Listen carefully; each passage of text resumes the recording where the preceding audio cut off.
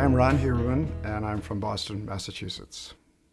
I first met Harvey Milk when I walked into his camera store on Castro. In the summer of 1975, I was teaching school at that time, and I had the summers off. And I decided I would go across country. Joining me was a good friend of mine by the name of Keith. Actually, I came out to him as a gay man in the car, as he did also. I arrived in San Francisco and saw a sign that said camera store. So I figured to Keith, I said, oh, great, we can drop all this film off. We walk into the camera shop, and there's this kind of shaggy-haired guy with a heavy New York accent. Well, Ron, he said, you don't mind, do you, if I took a couple of these pictures of your little friend Keith, do you? Because I'm going to keep them for myself. And that's how I met Harvey Milk. There was an amendment coming on the California ballot, No on 6 amendment, which would have banned all openly gay lesbian teachers from teaching in the state of California. And I wasn't paying attention. I didn't care. And Harvey said, in a New York accent that was priceless, he says, you're a teacher in New York. They're going to take it away from out here. You got to be part of it. There was a rally going on up at a bar called The Shed. And I went up there and I met a man by the name of Bill Krause. And Bill and I became very good friends. I joined, through Bill, the San Francisco Gay Democratic Club. In 1977, Harvey ran for supervisor as an openly gay candidate and was elected.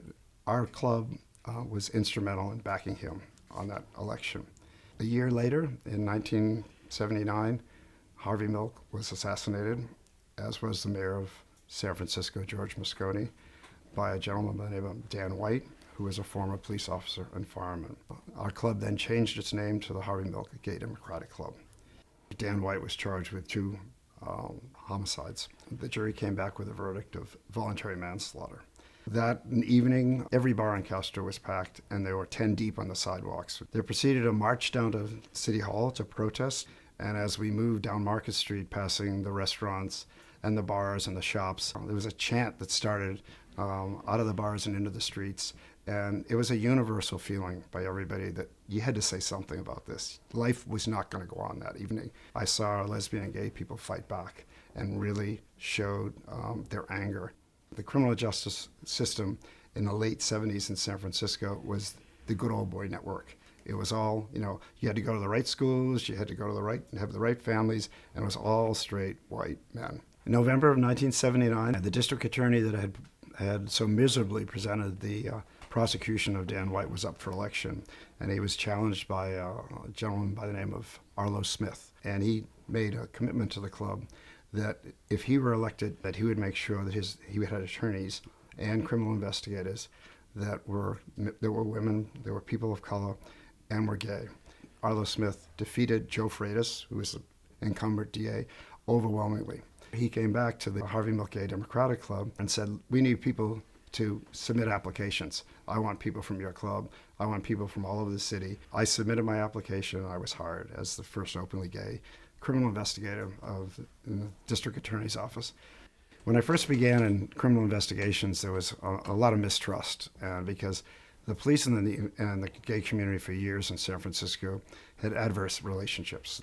And in the late 70s, early 80s in San Francisco, it was very common for lesbian and gay men to be harassed by the police department. The gay community did not trust the police because the police officers were arresting them, i.e., I'm trying to tell you that this guy beat me up who I picked up in the bar. Well, the police officers would turn around and say, you picked somebody up in the bar? That's illegal. You now are the criminal. My role as a DA investigator was to work with the bartender. The bartenders were really important. They were the guys who the people who were victims would complain to. And then the bartenders would help me. The older, more seasoned investigators. They were amazed that I could walk into a bar and the bartender would talk to us. Because for years, if they walked into a gay bar, the bartender saw nothing, heard nothing, did nothing. I was getting victim after victim coming in and sitting down and talking to me. I mean, often breaking down in tears and kind of outing themselves in front of me, but they had to make a decision.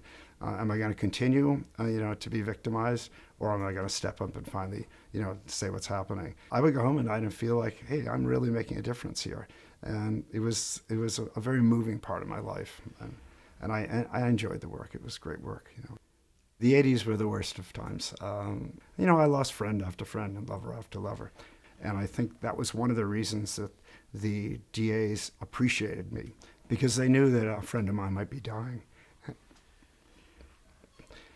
and I'd rather be there, but I had a job to do. I had many cases of gay men who did not want anyone to know that they had been diagnosed. I was front and center on almost all those cases. And I was instrumental on working with a lot of those folks in contacting their families. My straight partners had a more difficult time dealing with it than I did. And the compassion as just a human being would come out of them. And I think it changed.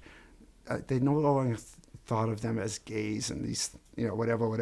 They thought of them, this guy's dying, and he hasn't talked to his mother in 20 years. And a lot of them were from very solid family backgrounds that they couldn't believe that you haven't talked to your mother in 20 years. And we would have great conversations about it. And those are good years. The district attorney's office in the last 5 years that I was there it's like walking through San Francisco and Golden Gate Park. The inclusion of more folks that represented the city in San Francisco, to the point where when I was leaving, it was probably 50% women. I decided after 32 years that it was time to retire. And I actually retired as a lieutenant, which at the time, 2 years ago, was the highest rank of an openly gay peace officer in the city and county of San Francisco.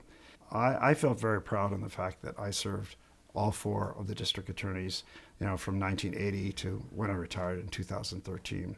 I think back and it all began with Harvey Milk, who told me that day in the camera store, that you got to get involved in politics. You got to do something. You got to change something. And I will always remember that.